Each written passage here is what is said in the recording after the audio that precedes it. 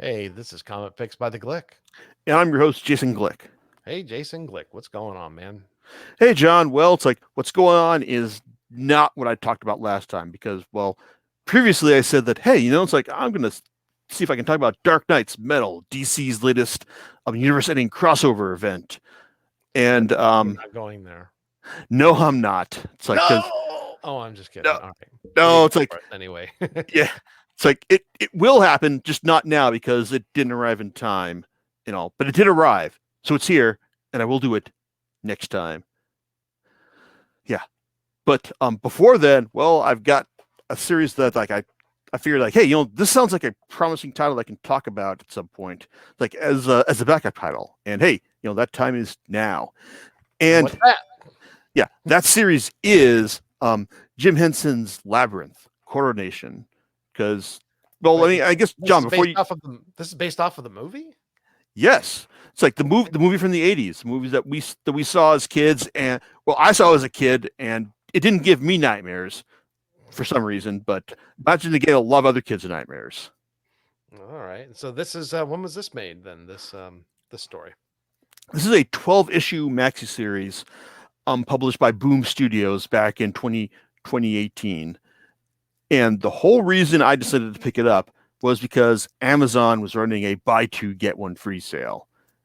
And, it's like, God knows I'm a sucker for those kinds of things because Amazon's like deals are kind of crap these days. And but the main reason I decided to buy it, in addition to that buy two get one free sale, is the fact that this maxi series is coming from one of my favorite writers these days, Simon Spurrier. Spurrier, if you recall, is the man who took over from Kieron Gillen for Dr. Afra. It's like and decided and the guy who thought like, hey, you know what? What we don't want to like sure like Dr. Afra is all about like making like science fiction and archaeological discoveries in the Star Wars universe, but I want to dig into like her character and find out why she's like she's kind of such a bastard who will sell her friends out at a moment's notice. And that led to some really good stories out there and some of the darkest Star Wars storytelling I've seen in recent memory. He's also the man who did a X-Force series. Yeah, that obviously I dared to ask, hey, maybe Cable's like guns blazing approach isn't like the right way to do a proper paramilitary mutant forward series. And then there's his like X-Men Legacy series, which basically like dared to make do a 24 issue run that basically like positioned Legion as its main character, and rather than like diving headfirst in commercial suicide, actually did a like really good character dive into the series that saw the character written out of continuity for a little while, like until they decided, hey, you know what, we kind of want to bring him back. But my point is that Spurrier is a character who he's a writer who will do who when he's like given a franchise like a character or team to write, he'll try to find a new interesting angle on it, something that we haven't considered before. And so like so when I hear that he did a like a 12 issue on Labyrinth series, well, it's like that is something that is relevant to my interests, and I am going to go check it out. Now, for the uninitiated, Labyrinth is is a late '80s movie, like a, one like directed by Jim Henson, father of the Muppets, and it's like it is a story about the world's worst babysitter.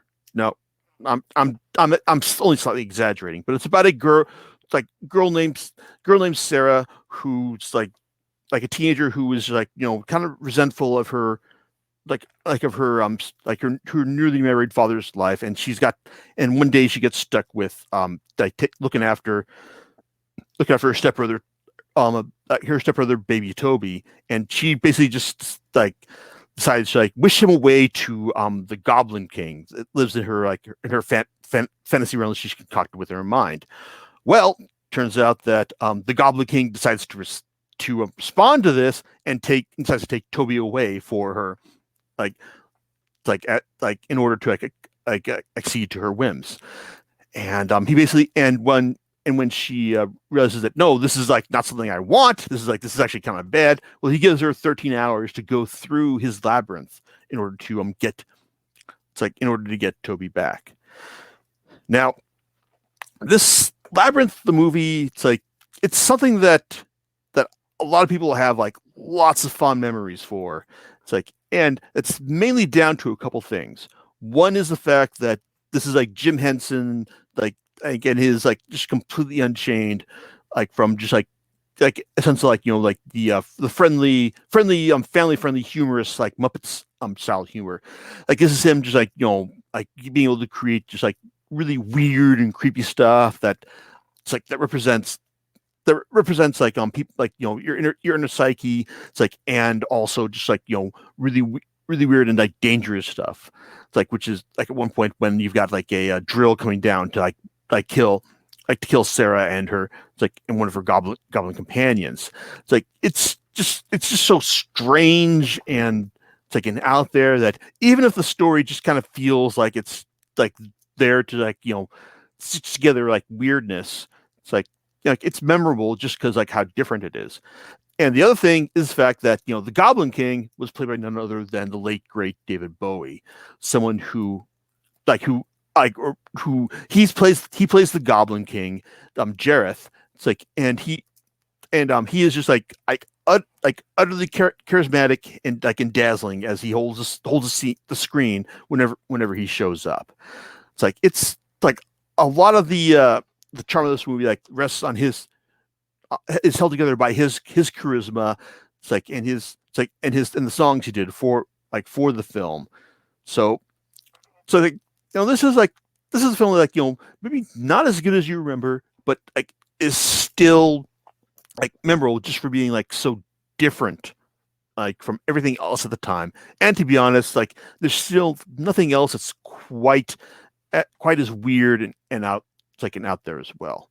So that's kind of why Labyrinth still holds a certain amount of thrall over everyone who saw it back in the 80s, which includes me, which way back in the, oh my God, I think it was in the second grade, not second grade, third or fourth grade, I think, when I saw this in grade school. And even though I rewatched recently for this podcast, there are still some bits in there that I think, yeah, I remember this. It's wow, why do I remember this?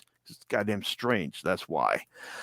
But as far as Labyrinth Coronation goes, well, it basically takes a pretty Cantonese premise for the for its setup, and it basically just is here to tell us the origin of Jareth, the Goblin King, and it's being told in parallel to the story from the events of the film.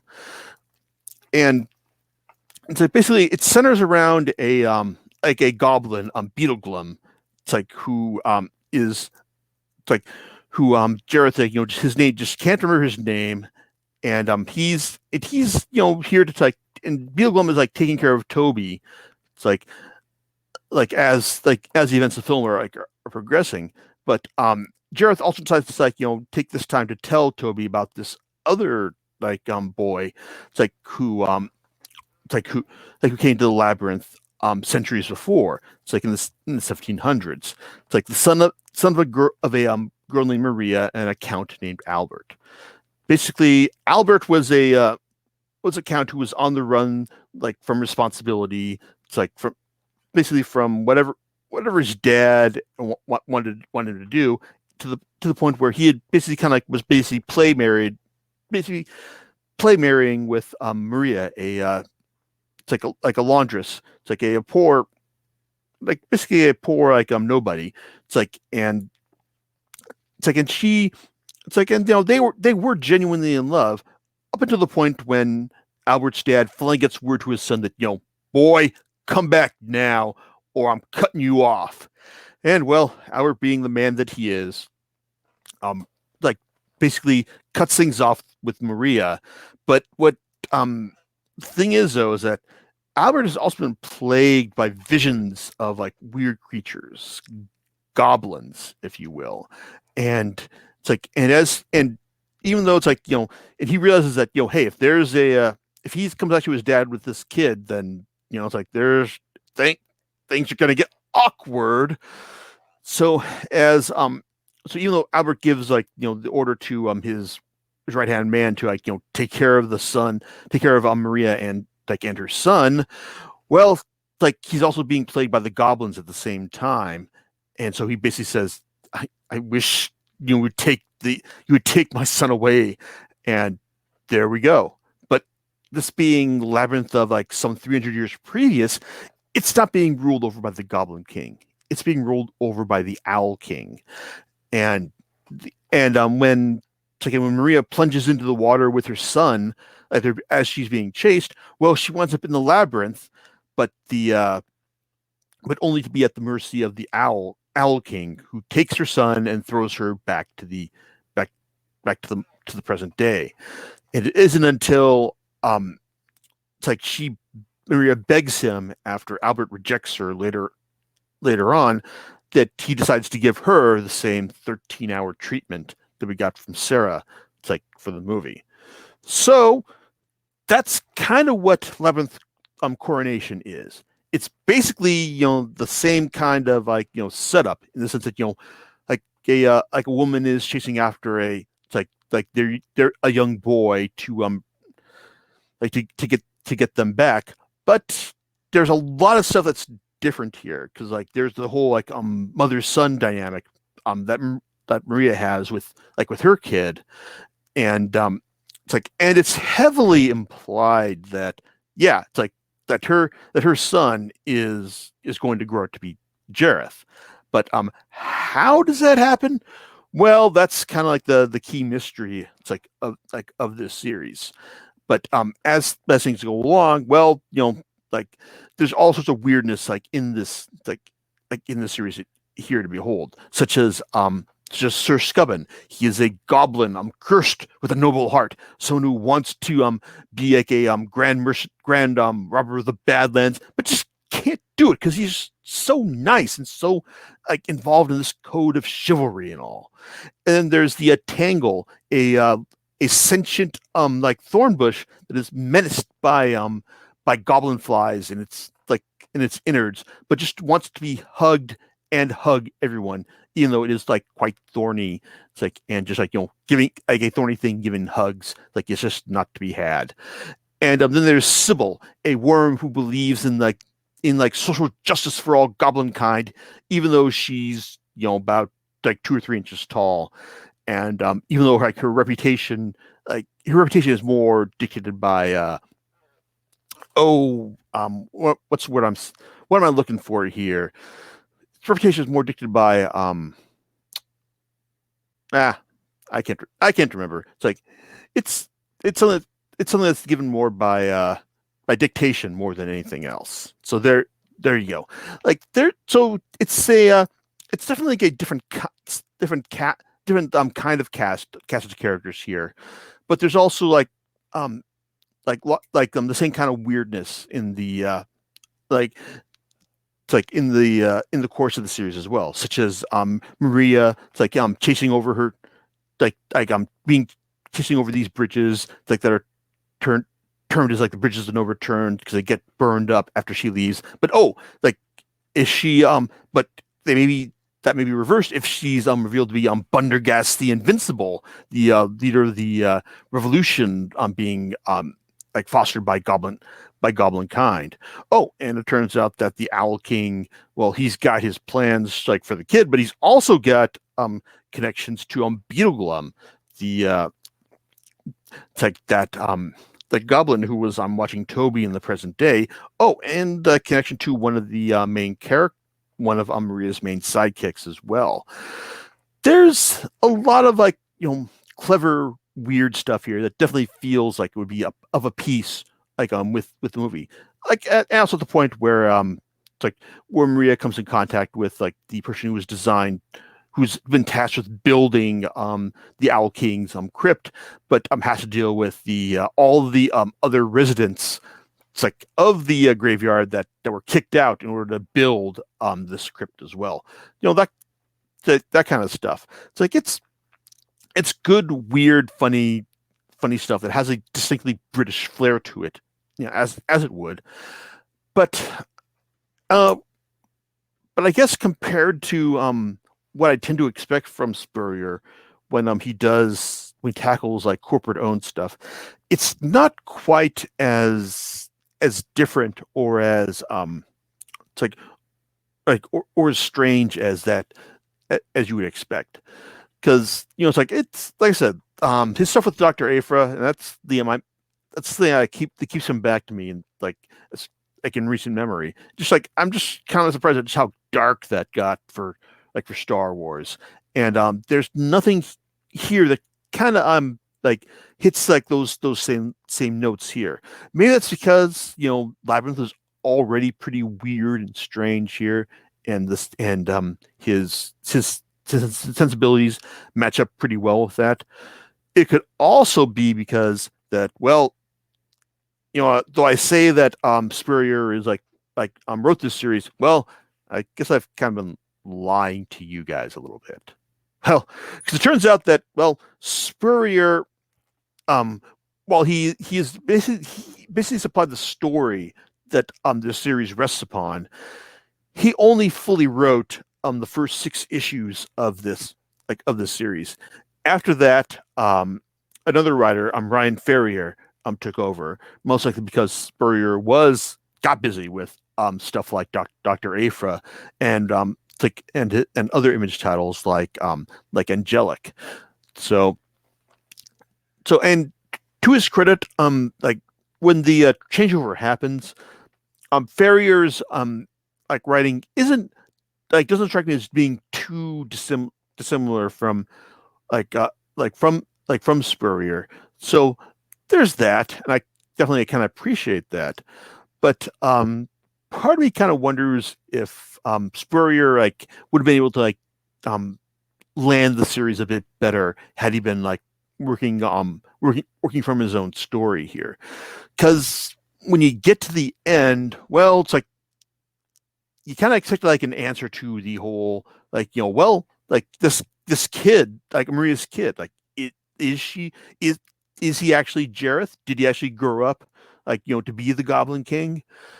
Well, there's a lot of equivocation. There's a nice bit of like of his supposition as far as what actually happened, what would actually happen if like uh if Maria returned to the real world, and also Jareth, offering his own explanation as to what happened to the boy. Well, let me tell you. And it's a lot of supposition and speculation. Even though it's I do think that the final couple pages are kind of interesting counterpoint to these to the series, because while Sarah chose to turn to the real world, but also brought some of the labyrinth with her, Maria, well, she had her own choice to make.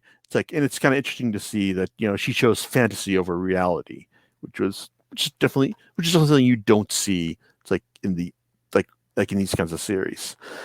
So over so I guess overall it's I guess it's a decent enough story to be told. I just kind of wish that it had a more solid ending, in the sense that it offered I guess more a bigger and better twists than I was expecting. The art though is pretty solid, coming from Daniel Bayliss. It's in Irene Flores over the course of the run. It's it's got it has a good handle on the look of the movie. And they do a very solid approximation of David Bowie's look, which is kind of the main thing that matters here. But it also captures a good sense of the surreality of of Jim Henson's vision. Which is also just as important. So yeah, it's the art is good, and I guess, well, it's the biggest problem when it comes to recommending this to fans of Labyrinth the movie, and general comics fans in general, well, is the price. Because yeah, I told you I got this series as as a buy two get one free sale on Amazon. Well, the thing is that Labyrinth Coronation only exists in 3 hardcover volumes, each of which will set you back $25 as it is. So you're talking about like a $75 cover price investment.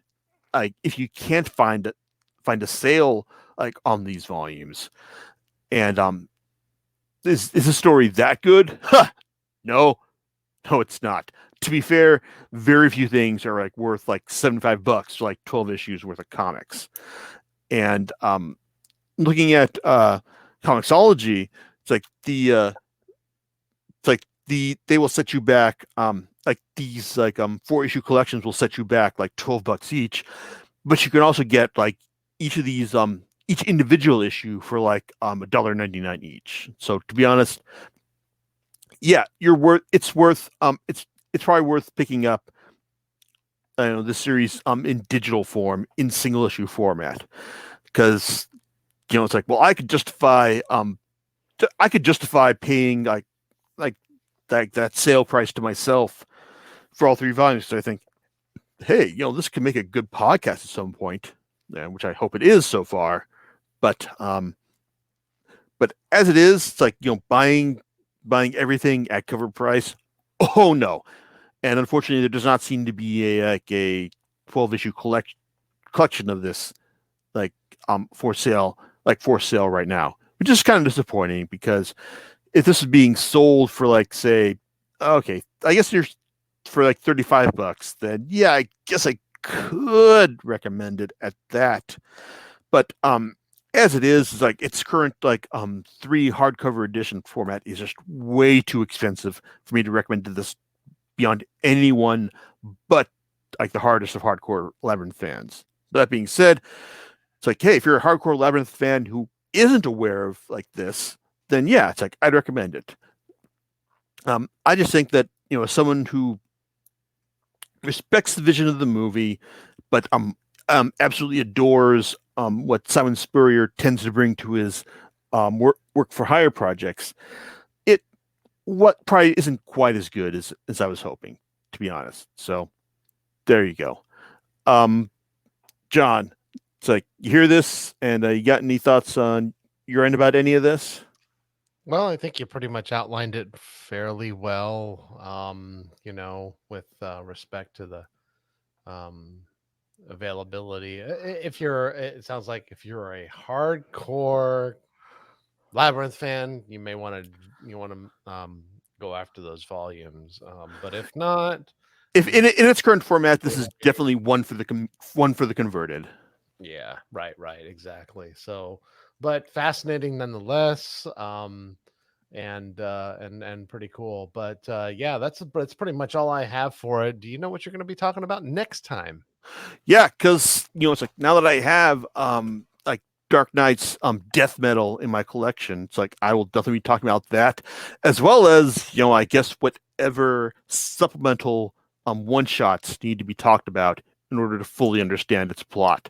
Which, well, we'll see how that goes. All right, and we'll catch you next time on Comic Picks by the Click. All right, later's.